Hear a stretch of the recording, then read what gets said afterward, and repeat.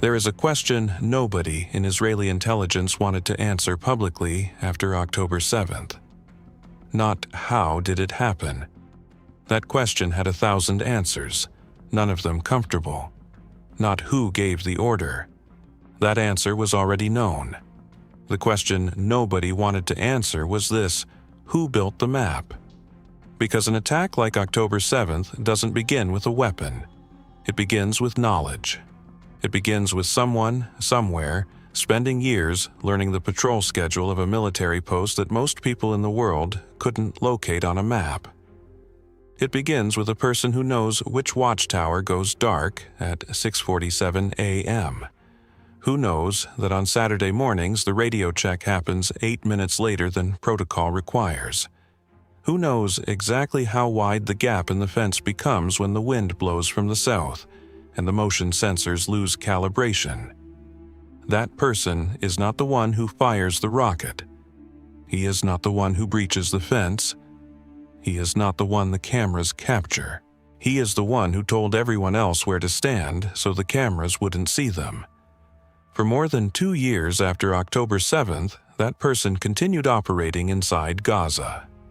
While Israel dismantled Hamas's military command one name at a time, he kept working, kept watching, kept feeding intelligence to fighters who were now ambushing the very soldiers sent to destroy the organization he served. His name is Iyad Ahmed Abd al-Rahman Shambari. And in the spring of 2026, Israel finally found him. But finding him and killing him are not the same decision. And the gap between those two things, that space where intelligence ends and authorization begins, is where this story actually lives. Most people who study October 7th focus on the breach, the paragliders, the bulldozers tearing through the fence, the motorcycles flooding through gaps that should have had soldiers standing in them. What almost nobody focuses on is the 2 years before any of that happened. Because Hamas did not assemble 3,000 fighters, coordinate a multi-axis invasion across dozens of entry points, jam Israeli communications, suppress the Iron Dome's early warning systems, and hit their targets with near surgical timing, by accident. That level of operational synchronization requires intelligence, sustained, disciplined, meticulous intelligence gathered over years. Inside Hamas's military wing, that function belongs to a specific division. Not the fighters, not the rocket engineers, the Intelligence Operations Department, the people whose entire purpose is to answer one question: what does the enemy know and what don't they know yet? Iyad Shambari ran that department's operations arm. His job was not ideology. His job was information architecture.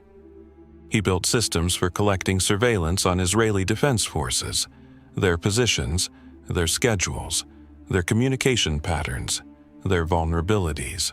He ran networks of observers operating in civilian proximity to military zones. He processed what they sent him and turned raw data into actionable intelligence.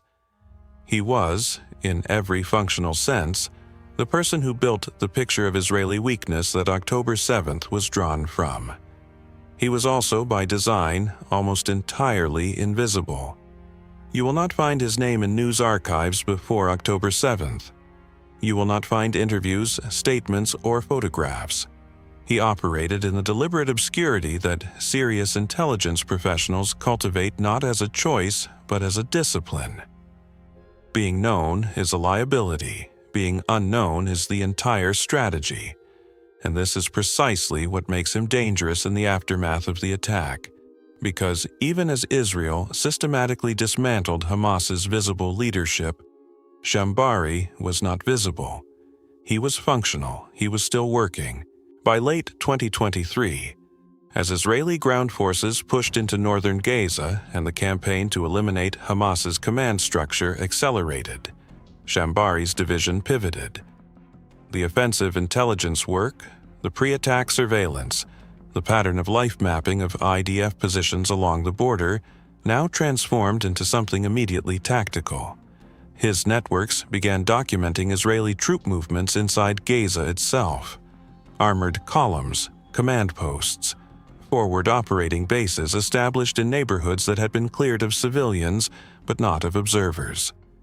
That information did not sit idle.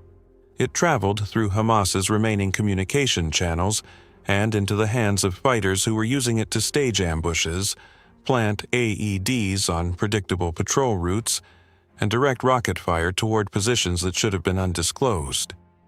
Israeli soldiers were dying because of intelligence, and somewhere in the ruins of Gaza City, the man running that intelligence apparatus was still at his desk, metaphorically speaking, still building the map. This is the first unresolved risk that shapes everything that follows. Shambari is not a symbolic target. He is not being hunted for what he did before October 7th. He is being hunted for what he is doing right now, today, in real time, against troops who are actively in the field. Every day the operation to find him extends is a day his work continues. Every delay has a cost that cannot be calculated in advance but will be counted afterward, in names. The second unresolved risk is harder to articulate, but it is the one that keeps intelligence planners awake. Shambari has been operating at this level for years. He did not build Hamas's military intelligence infrastructure alone, and he did not build it in a way that depends on his continued presence to function. Like any serious intelligence architect, he would have designed redundancy into his systems. Deputies who know the networks. Protocols that survive the removal of any single node. A structure that can absorb a decapitation strike and reconstitute. Which means that killing him, if and when that becomes possible, solves one problem and immediately raises another. Does his death degrade Hamas's intelligence capacity, or does it simply trigger a succession that Israel has not yet mapped? This question does not have an answer in April 2026. It may not have an answer for years after whatever happens next. What Israel does know by early 2026 is where Shambari has been. The signals intelligence work, tracking communication patterns, correlating anomalies, mapping the behavioral signatures that careful people leave even when they believe they are invisible, has produced a picture. Not a complete one, but enough. He is in Gaza City. He is moving carefully, infrequently, in vehicles. He understands surveillance well enough to vary his routes and minimize his electronic footprint. He is not reckless. He is not arrogant in the way that some of the other targets were, the ones who believed that operational rank was its own protection. He is, in short, exactly the kind of target that takes years to find and seconds to lose.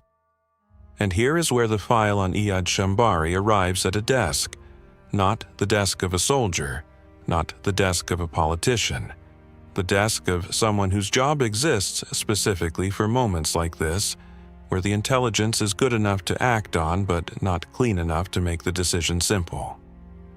The file contains a photograph, coordinates, a timeline of observed movements, a collateral proximity assessment. That assessment is not marked none. It is not marked high, it is marked moderate. In operational language, moderate means this can be done, and something may break that we did not intend to break. The person reading the file knows this. They have read files like this before. They have signed authorizations that turned out to be clean, target eliminated, no unintended casualties, no complications. They have signed authorizations that did not turn out that way. They know that moderate is not a number. It is a word designed to make a judgment call feel like a calculation. They also know something the file does not fully capture, because files rarely do. Shambari is moving more frequently now. The window that exists today may not exist next week. The intelligence that is good enough right now has a shelf life, and nobody can say how long. The file sits on the desk. The authorization has not been signed. And somewhere in the western neighborhoods of Gaza City, in a car on a road in Al-Ramal, a man who built the architecture of the worst intelligence failure in Israeli history is still moving. The question is not whether to find him. He has been found. The question, the one that the file cannot answer and the authorization form does not ask, is what finding him actually costs, and who exactly pays it. The targeting process for a figure like Shambari does not work the way most people imagine it. There is no single moment of discovery. No operative who spots him on a street corner and radios in coordinates. No satellite image that captures him in a compromising location that makes the decision obvious. The process is slower than that, and stranger, and more human in its uncertainty. It begins with patterns. Signals intelligence, the interception, analysis, and correlation of electronic communications does not produce names. It produces behaviors. Anomalies in communication timing. Devices that appear in one location and vanish before they can be traced. Networks that route through multiple relays in ways that suggest operational discipline rather than ordinary civilian communication. The analysts working Shambari's file have been building a behavioral signature for months. They know the rhythm of how his networks communicate, not what they say, because encryption has made content increasingly inaccessible, but when they say it, and from where, and in what sequence. This is enough, over time, to build something that resembles a map of a shadow. The map is not Shambari. It is the outline of where he probably is, based on how the things around him move. In the winter of 2025 and into early 2026, that outline begins to sharpen. A series of corroborating signals, the nature of which has not been made public and likely will not be, places him consistently in western Gaza City, the Al-Rimal neighborhood. A district that, before the war, was one of the more densely populated and commercially active parts of the Strip. By 2026, it is something else entirely, partially destroyed, partially inhabited, by people who have nowhere else to go, and therefore still full of movement, still full of the kind of human traffic that a careful man can use as cover. This is the first thing Phase 1 did not tell you. Shambari is not hiding in a tunnel. He is not in a fortified position beneath a hospital or a school in the way that Hamas's military command sometimes operated in the earlier phases of the war. He is moving in open urban space among civilians, in vehicles, during daylight hours. Because in a city where everything has been destroyed, normal movement is its own camouflage. A man in a car is just a man in a car. There are thousands of them. This matters operationally. It matters because precision, in this context, is a relative term. A precision munition can be guided to a vehicle. It cannot be guided to a vehicle and simultaneously made to ignore the people standing 20 meters away when the detonation occurs. The physics of explosive force do not negotiate with collateral proximity assessments. Moderate risk, on paper, is a bureaucratic category. In the physical world, it means people nearby will probably survive, but we are not certain, and some of them may not. The targeting team knows this. They have run the strike parameters multiple times through the standard proportionality analysis, the legal framework under international humanitarian law that asks whether the military advantage gained is excessive relative to the anticipated civilian harm. The lawyers have cleared it. The military advantage is concrete and documented. A senior intelligence operative actively enabling attacks on IDF soldiers in the field. The civilian harm projection is not zero, but it falls within the threshold that legal advisors are willing to sign off on. The lawyers have cleared it. This is not the same as saying it is clean. The officer responsible for final authorization has been in this position before. Not with this specific file, but with this specific feeling. The gap between what the paperwork says and what the paperwork cannot say. Legal clearance is a floor, not a ceiling. It tells you the minimum standard has been met. It does not tell you whether the decision is right. And this is where something unexpected enters the process.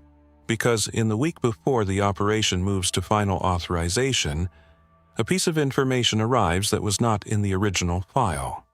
It is not intelligence about Shambari's operational activity.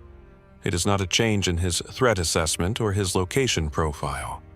It is, in the taxonomy of targeting decisions, a personal detail, the kind of information that a purely mechanical strike process would categorize as irrelevant to mission parameters.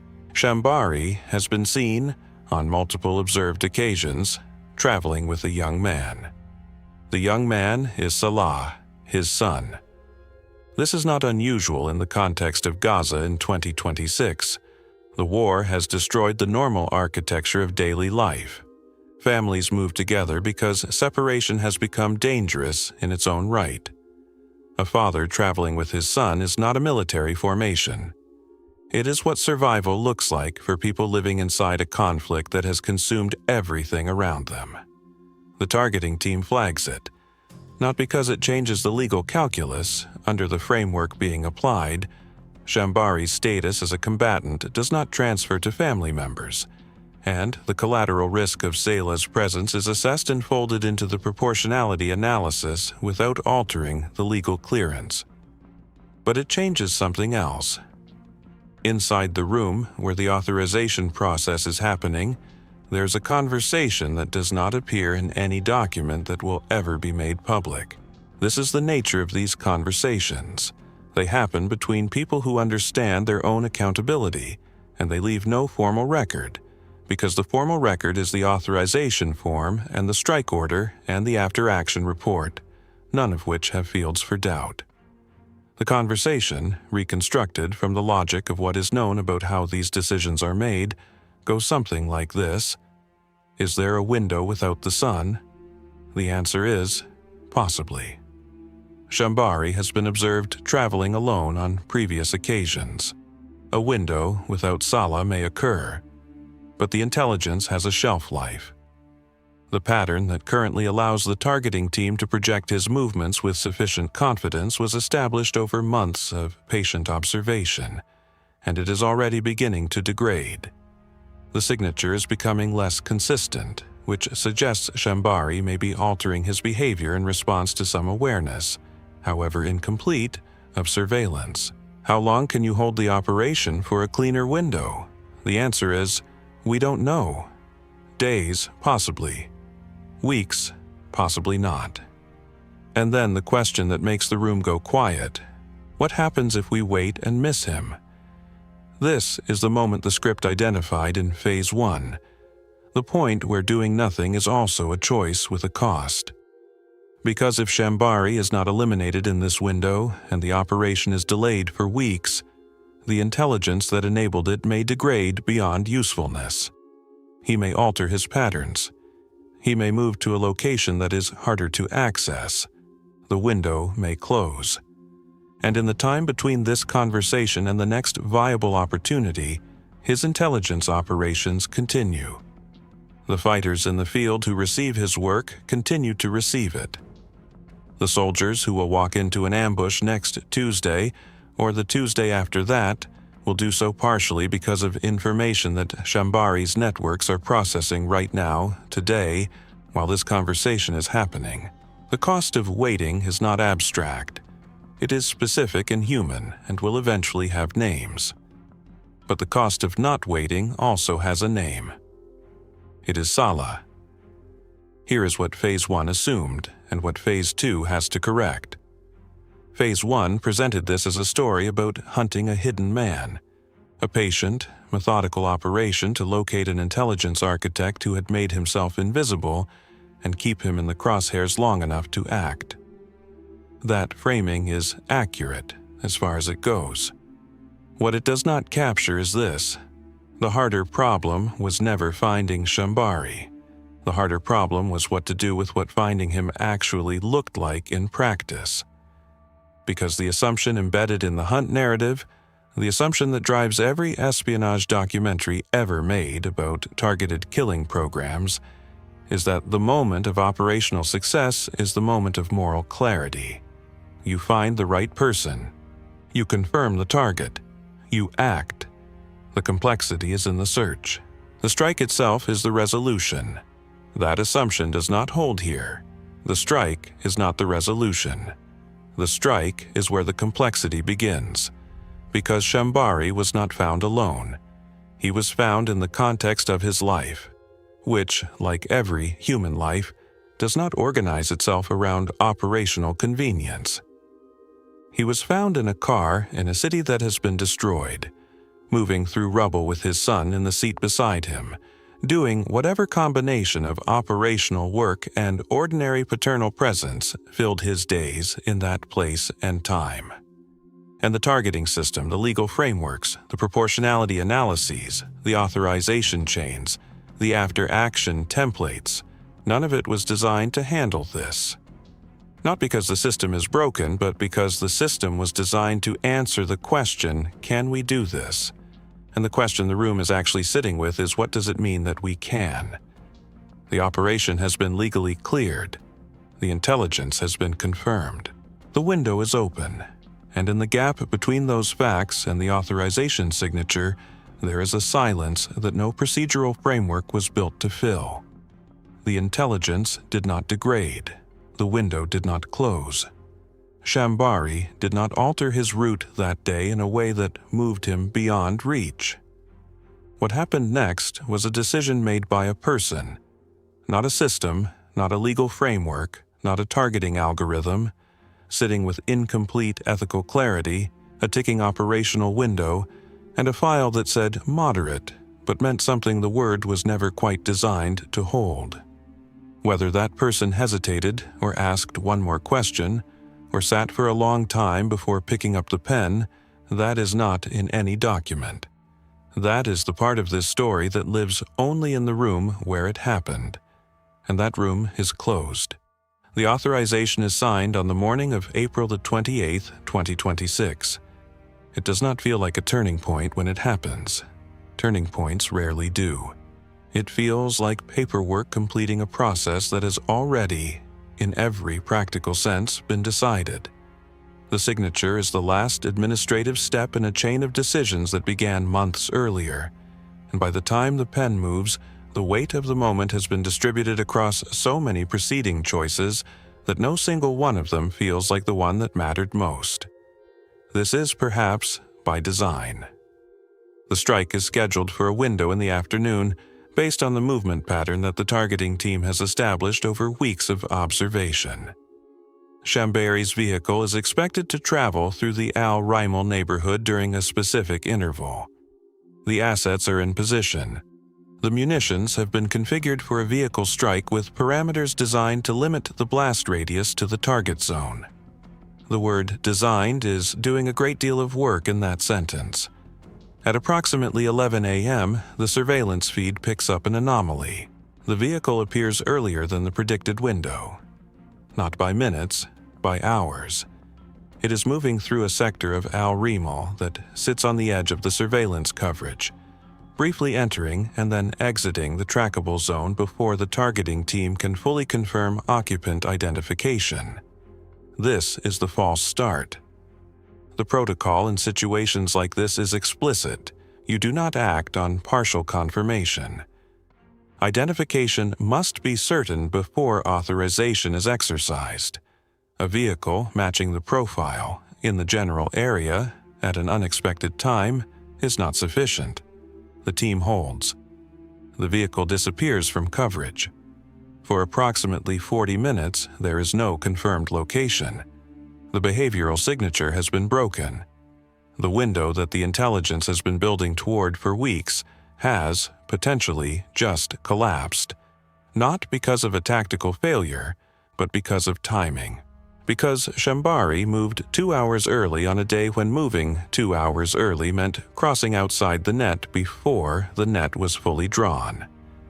Inside the operations room, there is a version of this story in which the decision is made to stand down, to let the window close, to begin the process of rebuilding the intelligence picture, re-establishing the pattern, waiting for the next viable opportunity.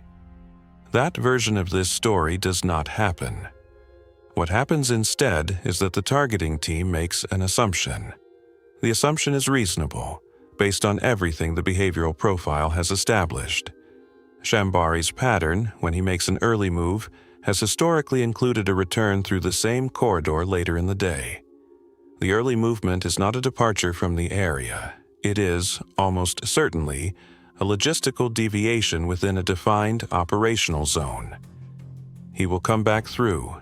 The window has not closed. It has shifted. This assumption is, as it turns out, correct. But the word correct here requires examination, because the assumption being correct does not mean the assumption was safe to make.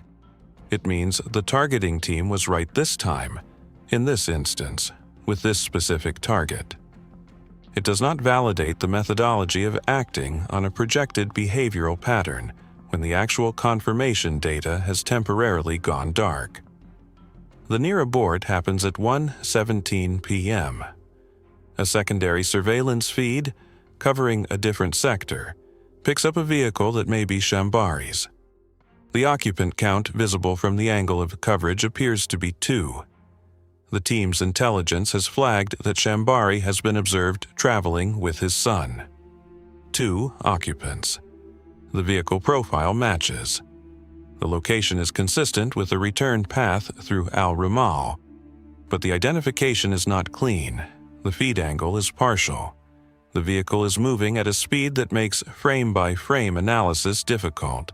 One of the analysts in the room raises a flag. The second occupant's physical profile is inconsistent with previous observations of Salah Shambari. The discrepancy is not large, a question of posture, of the way the figure sits relative to the vehicle's window line, but it is there. For 11 minutes, the operation is effectively suspended inside the room while the team works to resolve the identification question. The near abort is not dramatic. It does not involve shouting, or a commander overriding a subordinate, or a single decisive moment of authority asserting itself over doubt. It is quieter and more bureaucratic than that. It is a room full of people looking at a screen, running the same frames through the same enhancement protocols, and arriving at conclusions that are close enough to converge, but not identical.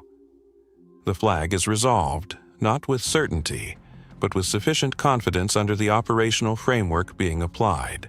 Sufficient confidence, in targeting language, means the probability of correct identification exceeds the threshold required to proceed, given the military necessity assessment and the legal clearance already in place. The operation resumes. At 1:43 p.m., a cleaner feed picks up the vehicle in a confirmed location within Al-Rumal. The occupant identification is now solid on the primary target. Shambari is in the vehicle. The authorization is active. And here is the incorrect assumption playing out. The targeting team's collateral model has projected the area around the vehicle's predicted travel path as having low civilian foot traffic at this time of day, based on the pattern of life surveillance conducted over previous weeks. The model is built from observation data that reflects how Al-Rumal has functioned since the latest phase of military operations reshaped the neighborhood's population distribution. What the model does not account for, cannot account for, because it happened too recently to be incorporated into the behavioral baseline, is that a small number of families displaced from a different sector have moved into the Al-Rumal corridor in the past 72 hours. They are not a large group. They are not statistically significant in the density analysis that underpins the collateral projection. But they are there. The targeting team does not know this. The surveillance coverage that would have revealed the population shift was focused on Shambari's movement pattern, not on real-time civilian density mapping across the full operational zone. This is not negligence. It is the fundamental limitation of intelligence coverage under active combat conditions. You cannot watch everything simultaneously, and what you choose to watch determines what you do not see. The strike order is relayed. 2 precision munitions are fired at the vehicle. The first munition impacts at 1:51 p.m., and here is the false release moment, the instant, lasting perhaps 3 seconds, when the initial feed assessment indicates a clean strike on the vehicle with no visible secondary casualties in the immediate frame. 3 seconds. In those 3 seconds, there is something in the operations room that resembles relief. Not celebration. These are professionals, and the culture of these rooms does not accommodate celebration even when operations go cleanly. But relief. The operational tension of the preceding 8 hours, the false start, the dark window, the near abort, the identification flag, has resolved into an outcome that the initial feed suggests is contained. 3 seconds. The second feed, covering the strike zone from a different angle, comes online. The image it returns is different from the first. The blast radius has extended beyond the vehicle.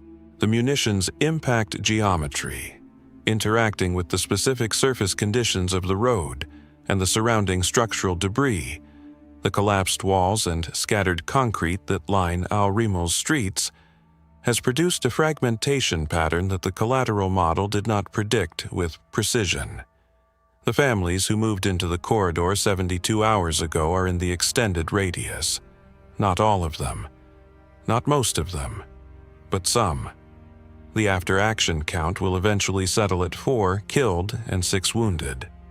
The 4 killed include Shambari. They include Salah. They include 2 others. The 2 others are not Hamas operatives. They are not on any targeting list. They are people who were somewhere they had moved to 72 hours earlier, for reasons having nothing to do with Ayad Shambari, or the Israeli Defense Forces, or the intelligence operation that had been building toward this moment for months. They were simply there. In the collateral model, the proportionality analysis, the legal clearance, had projected moderate risk, which is defined as an acceptable threshold under the framework being applied, which means that their deaths are, within the operational and legal architecture of this strike, a documented outcome within predicted parameters. The operation is logged as successful. The authorization has been executed. The target has been eliminated. In the operations room, someone notes the secondary casualties. The number is recorded. The documentation process begins, the after-action framework, the incident report, the review that will assess whether the collateral outcome fell within the projected parameters or outside them. It fell within them. The families who moved 72 hours ago did not change the legal calculus. They only changed what the word moderate means to the people in that room for a long time afterward, in ways that do not appear in any report. The IDF and Shin Bet joint statement is released on April 29, 2026, the morning after the strike. It is precise. It is measured. It uses language that has been refined through 2.5 years of press releases about targeted killings, language that has learned through iteration exactly how much to say and exactly where to stop. The IDF and Shin Bet eliminated Iyad Ahmed Abd al-Rahman Shambari, head of the operations department of Hamas's military intelligence, who posed an immediate operational threat to IDF troops operating in the area. 14 words describe what Shambari did. 11 words justify the timing. 0 words mention Salah. 0 words mention the 2 others. This is not an accident. The architecture of the announcement has been built with the same deliberateness that the operation itself was built with. Every word chosen, every omission intentional. The overall structure designed to frame the outcome as a surgical counterterrorism success against a documented military threat. The announcement is not false. Everything it says is accurate. What it does is use accuracy as a container for incompleteness. It presents the true parts of the story and arranges them in a way that makes the untrue parts, the parts that are simply absent, invisible by design. A Gaza security source tells a wire service that Salah Shambari was among the dead. This information enters the news cycle within hours of the announcement.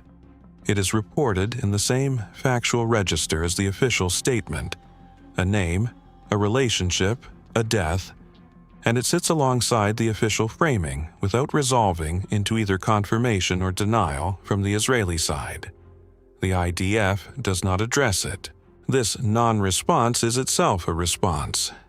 It tells the people who read it, journalists, intelligence watchers, legal analysts, the families of the dead, that the question of Salah's death is being processed as a matter of strategic communication rather than a matter of public accounting. And this decision, to say nothing about the son, ties directly back to a decision made weeks earlier, in the room where the authorization was built. Because when the collateral profile was assessed, when the proportionality analysis was run, when the legal clearance was issued, Salah's potential presence was a known variable. It was folded into the moderate rating. It was processed through the framework. It was not a surprise outcome, which means the silence in the announcement is not the silence of an institution caught off guard. It is the silence of an institution that knew this might happen, decided to proceed anyway, and is now managing the information environment around an outcome it had already modeled. That is not the same as lying. It is something that does not have a clean name, which is part of why it is so difficult to hold. In the days and weeks after the strike, the intelligence community that authorized it begins to assess what it actually achieved. The assessment is not simple. Shambari ran the operations department of Hamas military intelligence. He was the person who built and maintained the networks that fed surveillance data upward into Hamas's command structure. His elimination removes him from that function. This is real. This is concrete. The specific nodes in his network that were managed through his direct authority will experience disruption, delayed communications, uncertainty about protocols, a temporary degradation in coordination.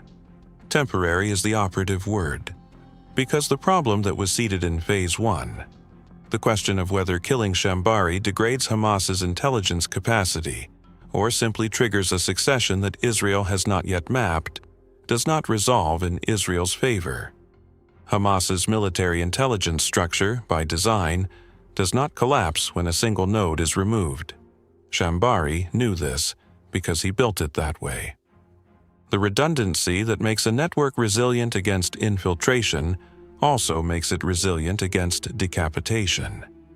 The deputies who served under him knew the networks, they knew the protocols, they knew the sources. The operational knowledge that made Shambari valuable did not reside exclusively in Shambari. Within weeks of the strike, Israeli signals intelligence begins picking up communication patterns that suggest Shambari's networks are reconstituting under new management. The behavioral signature is different, slightly more cautious, slightly more fragmented, reflecting an organization that has absorbed a shock and is adjusting to it. But the function is continuing. The map is still being built. It is being built by someone else now. Someone whose name is not yet in a file. Someone whose behavioral signature has not yet been established. Someone who will require months of patient intelligence work to locate with the kind of confidence that the targeting process requires. The campaign that eliminated Shambari has created its own successor problem, on a timeline that cannot be predicted, in a shape that cannot yet be defined. This is not a failure of the operation. It is the structural reality of counterterrorism campaigns against organizations that plan for their own survival. Killing leaders creates vacuums that are filled. Killing intelligence operatives creates vacuums in intelligence networks that are also filled, often by people who have watched the previous generation's mistakes and learned from them. What the operation achieved is a disruption, a delay, a reorganization forced on Hamas's intelligence apparatus at a moment when it was already under sustained pressure from multiple directions. Whether that disruption translates into fewer Israeli soldiers dying in ambushes over the next 6 months, or whether the reorganized network reconstitutes quickly enough to maintain operational continuity, is a question that the strike itself cannot answer. It is a question that can only be answered by what happens next, in a conflict that shows no sign of reaching a terminus. This is the long-term consequence that no after-action report will ever fully capture. The operation succeeded in its stated objective and left the underlying problem structurally intact. The people in the operations room on April 28, 2026, do not debrief their feelings. This is not a failure of emotional intelligence or institutional culture. It is simply the reality of how these organizations function. The after-action process is designed to evaluate operational effectiveness. Did the intelligence hold? Did the strike execute within parameters? Did the collateral outcome fall within the projected range? What adjustments to methodology are indicated for future operations? It is not designed to evaluate what it costs a person to spend 11 minutes looking at a partial surveillance feed trying to resolve whether the figure in the second seat is a combatant's son or someone else, knowing that the resolution of that question leads directly to a decision with permanent consequences. It is not designed to process the 3 seconds of false relief before the second feed came online.